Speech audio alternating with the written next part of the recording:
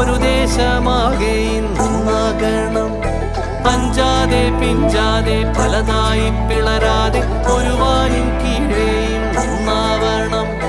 മനമുണ്ടോ നീ